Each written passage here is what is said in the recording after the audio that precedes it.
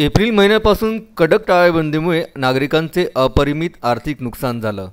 व्यवसायांना घरघर लागली, अनेकांच्या नोकऱ्या गेल्यात आणि एका बाजूला आजाराची भीती आणि दुसरीकडे ठप्प झालेले अर्थकारण या दोन्ही आघाड्यांवर नागरिक लढा देत असताना महाविकास आघाडी सरकारने नागरिकांना प्रचंड वीज बिल पाठवून शॉक दिला आणि जनतेचे डोळे पांढरे झाले। एरवी वर्षभराचं वीज देयक जितकं येतं तितक्या विजेची आकारणी केवळ 3 महिन्यांच्या वापराबाबत सरकारने जनतेला पाठवली। त्यामुळे या वीज बिल माफ करण्याच्या मागणीसाठी अमरावती महाराष्ट्र नवनिर्माण सेनेच्या वतीनं अमरावती जिल्हाधिकारी कार्यालयावर मोर्चा काढण्यात आला।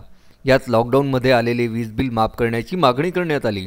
यावेळी आंदोलनकर्त्यांनी सरकारविरोधात जोरदार घोषणाबाजी करीत जिल्हाधिकारी कार्यालयाकडे मोर्चा वळवला।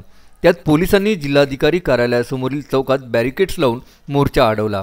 कोणतीही अनुचित घटना घडू नये याकरिता पोलिसांचा मोठा बंदोबस्त लावण्यात आला होता। मनसे जिल्हाध्यक्ष पप्पू पाटील यांच्या नेतृत्वात जिल्हाधिकारी शैलेश नवाल यांना निवेदन देण्यात आले। यातली 50% थकबाकी जी आहे ही या स्थानिक स्वराज्य संस्थांची आहे।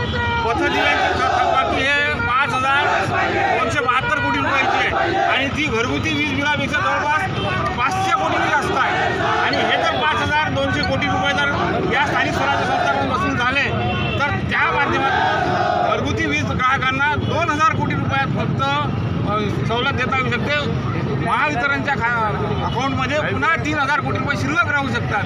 ज्यांच्याकडून वसूल करायला पाहिजे त्यांच्याकडून वसूल करून नाही राहिले आणि सर्वसामान्य ग्राहकांकडून वसूल करून राहिले। याच्या विरोधात मनसेनं आवाज उठवला। प्रदीप इंगोले, विदर्भ न्यूज, अमरावती।